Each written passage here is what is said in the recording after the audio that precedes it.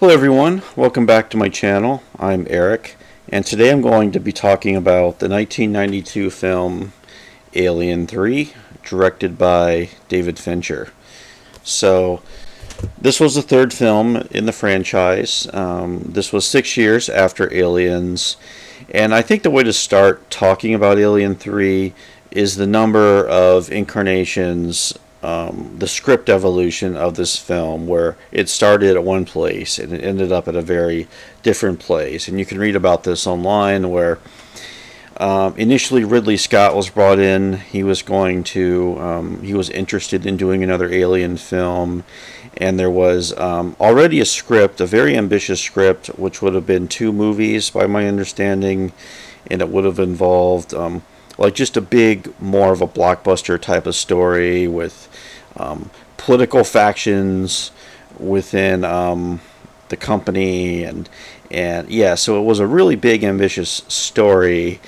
William Gibson, the cyberpunk writer, was brought in and wrote a script along those lines, and which that script I know has been published in book form a few years ago, which can be read.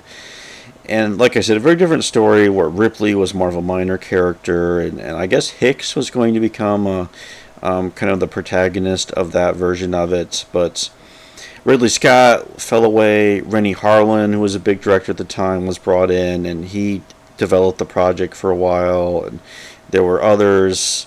Eventually, David Fincher was brought in to direct, who was known for directing music videos. And the story that they settled on at one point was going to be in a monastery in one of the scripts, and then eventually they ended up on this prison planet where Ripley crash lands on this planet, and there's a xenomorph aboard her ship, and she and the prisoners have to figure out how to survive. Once again, against a xenomorph is basically the story. Now, it's worth pointing out that Fincher, to this day, refuses to talk about Alien 3. He had a really miserable time making the film. All of his creative decisions were being second guessed, and just a bad experience. Of course, he would go on to become a big director of like Fight Club and Seven and Zodiac, but like I said, it was his first film, so it seems as if the studio felt empowered to push him around. So that kind of cast a pall over the whole production, I think, with you have so many people, trying to bring their ideas into the movie, and what you get is something that is just a mishmash of all these ideas that kind of got crammed together, was sort of my reading of it. So that's something to keep in mind with the film. But there's aspects of Alien 3 that I think I really like. I think that are some really compelling themes. I just think with the execution of the story, I think that's where, at least for me anyway, I start to get to some issues with the film. And I'll talk about those. One of the themes in the film I really liked. Well, I should talk about Ripley first and her journey as a character, where this film does start out where she crash lands and Hicks and Newt are killed. Big spoiler, happens in the first 5 minutes of the movie, who were beloved characters from the previous film, and I think audiences were really hoping to at least see those characters again, and to kill them off, I think, took a lot of people out of the movie initially.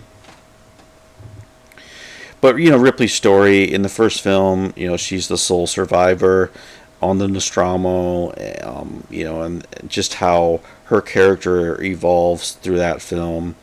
In Aliens, she's more of a mentor, more of a mother figure, who must once again be in a leadership role to help them escape the planet. And then by the third one, she's lost everything. Everyone she's ever known is dead.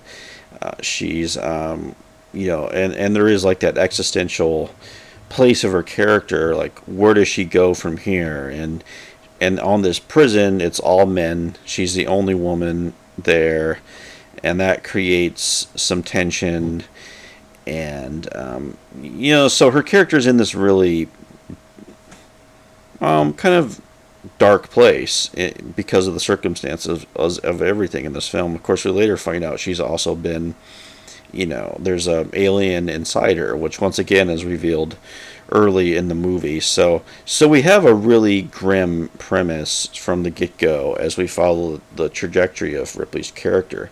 Although I do like the film's more reflective tone, and it's almost elegiac in the way it's revisiting these themes, but in a somewhat more almost detached way. Would be the way I describe it.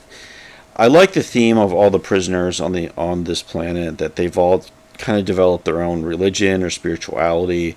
So in a way, they've almost become monks. In their former lives, they were apparently, did awful things, and the fact that they've been put at the worst possible place you could be, and out of that comes this spirituality, which once again, that's a really powerful theme to explore, and you do wish the film had maybe really pushed that a little bit more, because that is a compelling one. So I guess you could say even Ripley's character takes on a religious connotation in Alien 3. Of course, you could see like a Christ-like parallel to her story. But also, I think the suffering she endures, someone like a character like Job from the Bible or something like that. So I think there's a lot of, it's interesting where they put her in this film, and I think that's one of the big strengths of the film. And another theme, too, I like that Alien 3 carried on is that colonialism theme, where in the first film we're with the space truckers, right? The people who run the infrastructure of the company, right? And how they're treated as almost as just expendable by the company. And then the second film, we're with the Marines, who are like the armed wing of colonialism and enforce what the company wants. And then in the third film, we're on a prison planet, which once again is where the system, the company, sends their worst people. And that's continuing on with that colonial theme is another thing that I like what the film does. And there's also this sense of exhaustion to this film, watching it this time, where it's a new premise, new characters, and everything. And I particularly like Charles S. Dutton in the film as Dylan. I like Charles Dance. I think he is really good in the film as well as the Doctor. So there's some really good performances in here, which helps the film. But as the story goes, once again we're in that dilemma of they have to outsmart the alien, and we're back to kind of repeating the beats over again. Reminds me of The Godfather Part 3 a little bit, which a story that's set years later and everything, but the climax of the film, it's just repeating the beats of the previous two films, and you feel like we get that here with Alien 3. And I think that kind of leads to the execution of the film, where we just don't have, I think visually it's not as interesting as the previous two. The action sequences aren't as compelling either. I mean, Ridley Scott could do suspense and world building. James Cameron, I mean, one of the best action directors. And this film, the action scenes they just don't quite have that intensity I think you want. They have suspense and they have menace, but they don't work as well for me in this film in particular. But they're trying anyway. They are trying to make it more visually interesting. There's so many close-ups in this film, and there's a lot of low-angle shots, and there's something just repetitive about the visual style, which Fincher would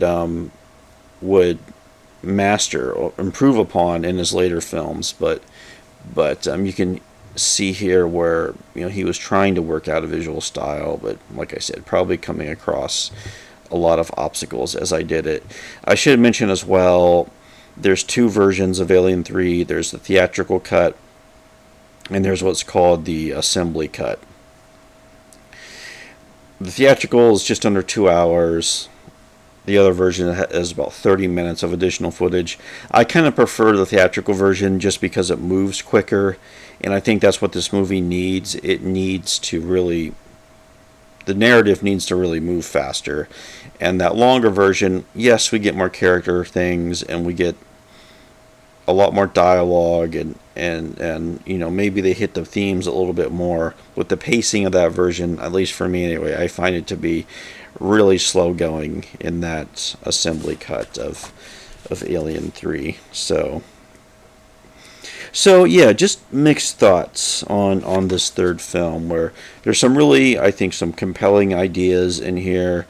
I just think some aspects of the execution of the story didn't quite work for me, and I'm curious if anyone watching this has any thoughts on Alien 3, whether things you liked about it, you thought it did well in comparison to the other films, or are you not a fan of this one? So yeah, so those are pretty much all I have to say about Alien 3. So for my next video, I'm going to go back to 1990 and talk about Total Recall, the Paul Verhoeven film, based on, and also talk about the short story by Philip K. Dick the film was based on. So that'll be the next video. So thanks for watching, and I will talk to you later. Bye.